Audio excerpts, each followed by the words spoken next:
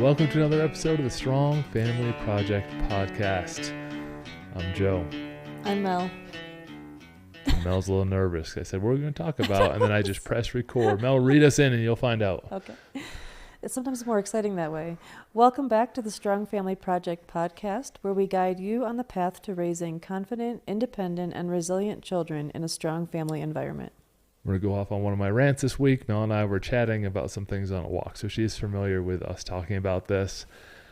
And that we were realizing that we were leaning too far. It's an easy way of saying we were making a mistake. We began to focus a little bit too much on what we're not and not who we are.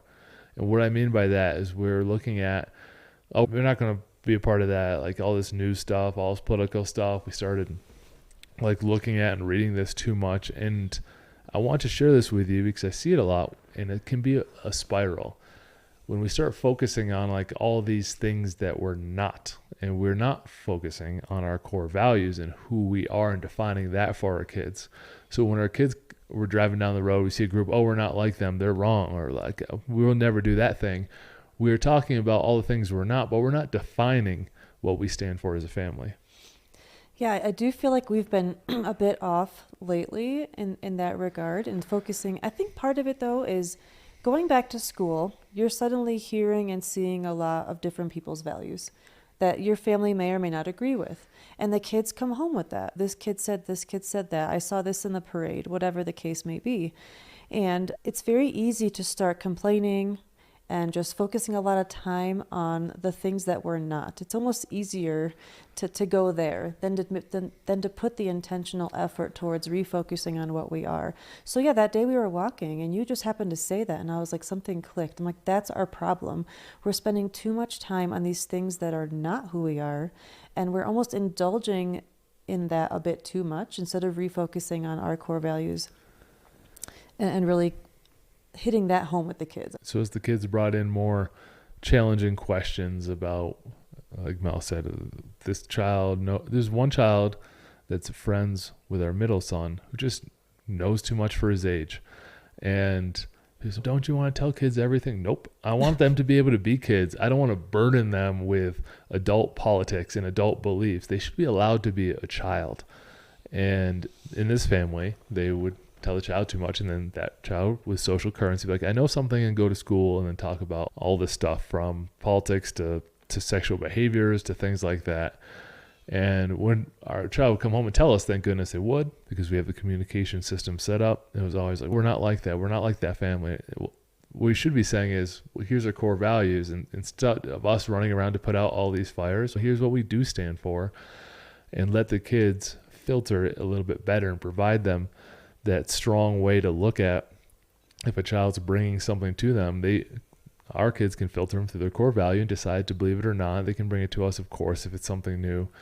But that way they're empowered to make decisions for themselves because they know who they are and what they stand for, which is critical for self-confidence, which is critical for being able to stand up against things that they'll hear and see when other kids are just like testing the waters.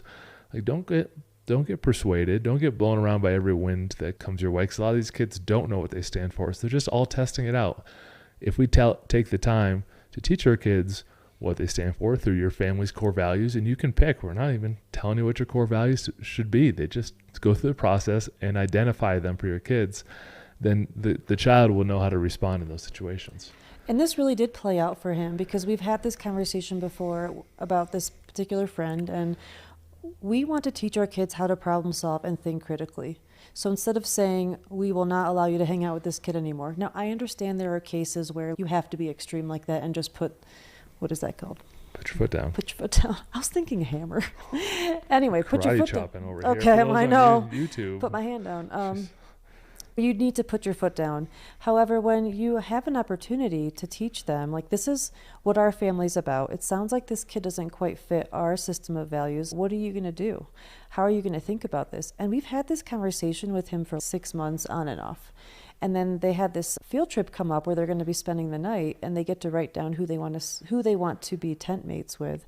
And he actually told us specifically, hey, I like this kid, but I don't want him as my tent mate because I don't want to put myself in a situation where I'm going to have to listen to the things he talks about.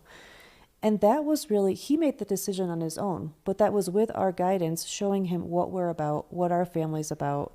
And that was like a real proud moment. A lot of times in parenting, you don't get a lot of those moments where you're like, the kids will come to you and say thank you or something. You just have to look for those times where you're like, yeah, what we're doing is working. Because we saw that he thought critically based on our family values.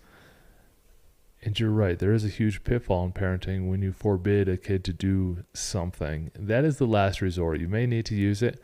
However, this is behavioral psychology. It is in the book Influence by Robert Cialdini, that when you tell someone they can't do something, especially at that age, they're more likely to do it longer. If you tell your daughter, hey, don't go out with that guy, they have studied that those relationships last longer. And usually at the end, they're like, wow, that relationship would have been over in a few weeks, but my parents told me it couldn't. It ended up going on for 8 months. And so there are studies, and there is behavioral psychology around this, that when you come out swinging hard with the, you can't do that hammer right off the bat, then it could be a detriment. So how you avoid that is to sit down and identify what you stand for. Core value process, episode 1 of the Strong Family Project podcast, because we think it is critically important. You can see 50 examples of core values and ours and our process if you visit strongfamilyproject.com. It's a free download right from the website called Strong Family Path. Core values number 1 will teach you how we did it if you don't have that done. But once you get those core values established, then you can manage your family so much easier than using those extreme examples of punishment or forbidding a child to do something, because it usually doesn't work. And another example of how this really does, if you really adhere to the path and your kids become part of your routine and they're a valued part of this whole process, and they will start to hold you accountable. So the other night, my oldest son mentioned to me, he's at the family meetings lately, we haven't been setting our weekly commitments. And if you listen to the episode on goal setting, we set a weekly commitment that inches us towards our annual goals. And I was like, oh, you're totally right. We've just forgotten it. So then I ended up typing up like our family meeting procedures so we can just go point by point, make sure we don't forget it. Because the fact that my son brought it up, he saw that we were lacking something. He's trying to nudge us back on track. And now when we have the meeting, I'm going to praise him for doing that, for getting us back on track. So I think the more you focus on what you are, the kids might even point it out to you as like a tough truth. Spend more time talking about who you are than who you aren't. Thank you for listening to another episode of the Strong Family Project podcast. Big one coming up for you next, where we just sat down and had our 90-day meeting. We'll give you the exact procedure on how we use that to get ultimate clarity and a direction for our family.